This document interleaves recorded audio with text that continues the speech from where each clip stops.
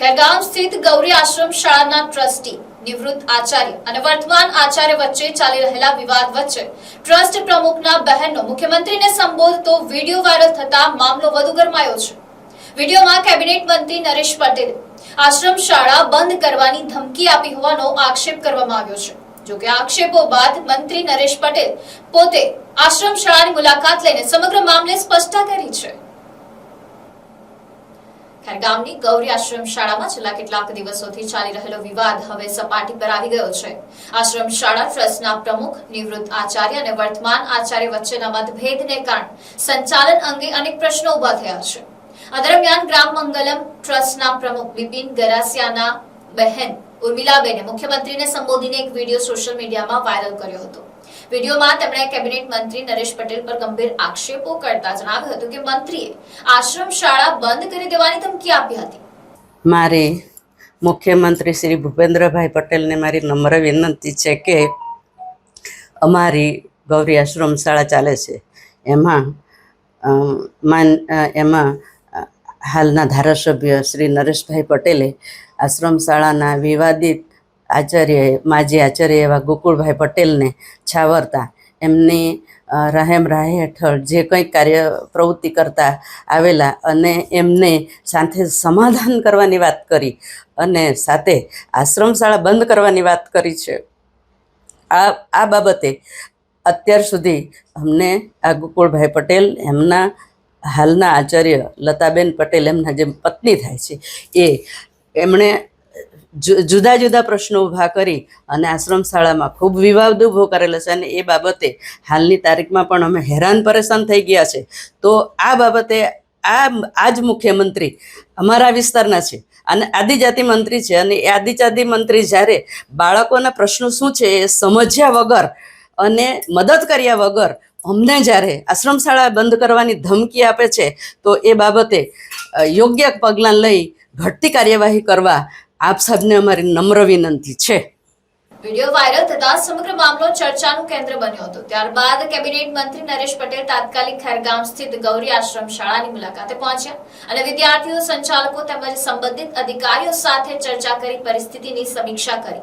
Media સાથે વાતચીતમાં નરેશ પટેલે ધમકી આપવાના આક્ષેપોને ફગાવી દીધા। તેમણે જણાવ્યું કે ટ્રસ્ટી અને આચાર્ય વચ્ચેના મતભેદના કારણે બાળકોના શિક્ષણ પર સીધી અસર થઈ રહી છે। બાળકોનું ભવિષ્ય જોખમાય તો ઠપકો આપવો પડે। જો કોઈ ઠપકાને ધમકી સમજી લે તો વિભાગ સાથે સંકલન કેવી રીતે થઈ શકે? ધમકી આપવાના અમારા સંસ્કાર નથી। મારા બાળકો શિક્ષણથી વંચિત ન રહે એ માટે હું તાત્કાલિક અહીં આવ્યો છું। એક તરફ ટ્રસ્ટી પક્ષ દ્વારા મંત્રી પર ધમકીના આક્ષેપ કરવામાં આવ્યા છે તો બીજી તરફ મંત્રી નરેશ પટેલે તમામ આક્ષેપોને નકારી કાઢીને બાળકોના હિતને સર્વોપરી ગણાવ્યું છે। હવે સમગ્ર મામલે આગળ શું કાર્યવાહી થાય છે તેના પર સૌની નજર મંડાઈ છે। સોમવારે સવારે મારા ભાઈ પાસે આદિજાતિ મંત્રી નરેશભાઈ પટેલનો ફોન હતો। એમણે એવી ધમકી આપી કે ગોકુળભાઈ પટેલ સાથે સમાધાન કરો, નહીંતર તમારી આશ્રમ શાળા અઠવાડિયામાં બંધ કરી દઈશ। એવા ધમકીભર્યા વાતાવરણને લીધે મારા ભાઈની તબિયત પણ બગડી ગઈ, એને હોસ્પિટલમાં પણ લઈ જવા પડ્યા મારે।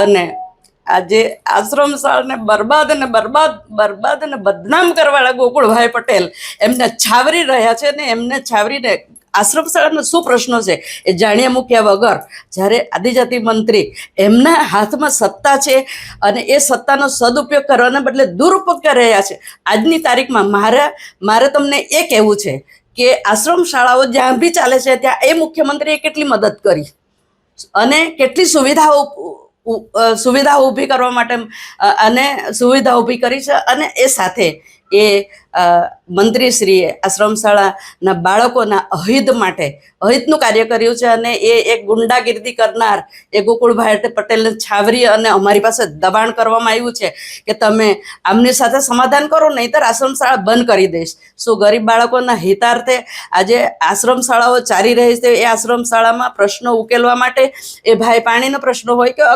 અન્ય પ્રશ્ન હોય તે ઉકેલવા માટે જાણવા માટે એમણે કોઈ કાર્યવાહી કરી નથી અને સીધી ધમકી ધમકી આપી દીધી છે કે આશ્રમ શાળા બંધ કરી દો.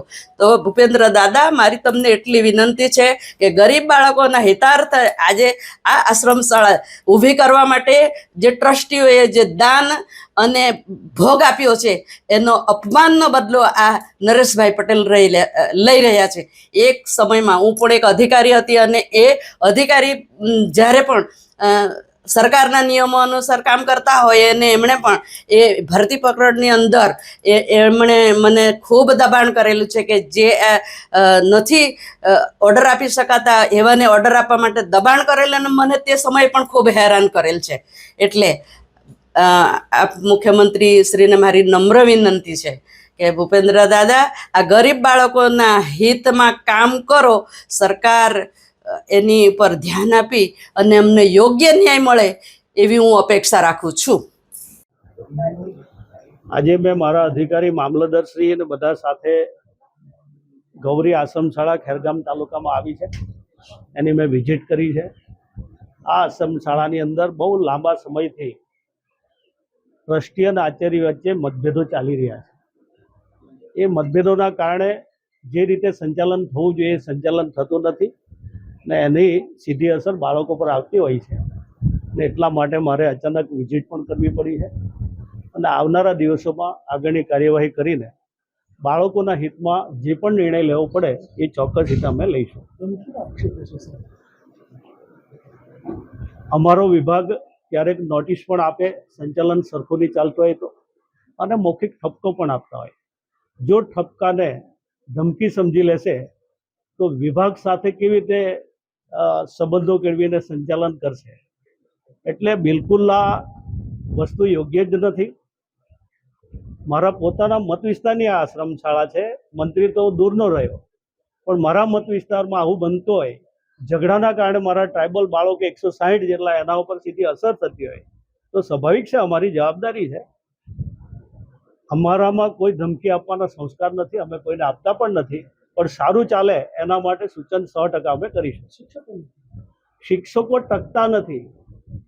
ઘણા લાંબા સમય સુધી કોર્ટ મેટર બની જાય, પોલીસ સ્ટેશન સુધી જાય તો કયા શિક્ષકો એમનું પણ સમાન હોય છે.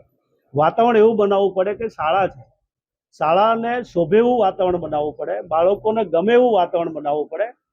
જો આવું જ ચાલતું રહેશે તો શિક્ષકોને નોકરી કરવું પણ મુશ્કેલ બની જાય છે. એટલા માટે તો મારે તાત્કાલિક વિઝિટ કરવી પડી છે, કારણ કે બાળકો મારા શિક્ષણથી વંચિત નહીં રહી જાય એટલા માટે હું જાતે આવ્યો છું. Bureau report NDC news, Navsari.